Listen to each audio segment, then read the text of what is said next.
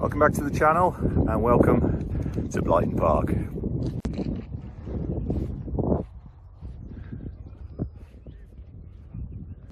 A fairly flat, simple circuit, but a nice one to get the midget prepped for the 2024 MG Car Club Speed Championship. So we're here at the end of March to let the car stretch its legs, get everything circulated and ready for next weekend's opener for me, which is at Kerbera, for what will be the second round of the MG Car Club Speed Championship Series. Blyton Park then, an anti-clockwise circuit, coming out of the pits over here, over to the far side along sweeping Lancaster corner, chicane halfway down the back straight, then two sweeping lefts cutting back inside the circuit, as you can see here, for a straight steady corner, and then this nice right hander into the final run up to the pit entrance. No new changes to the midget this year other than the oil cooler, but that should do it well on a track circuit like this. Lots of eye candy here at the track day today. Not too many old cars though, so it'll be interesting to see how the midget keeps up with the Fast and Furious Brigade. So we'll see how we go. Hopefully, I'm sure I won't be able to keep up with them on the straights, but I'll give them a good run for the money on the corners. Fantastic weather here today at Blyton, makes a real change from all the rain we've had at the beginning part of the year.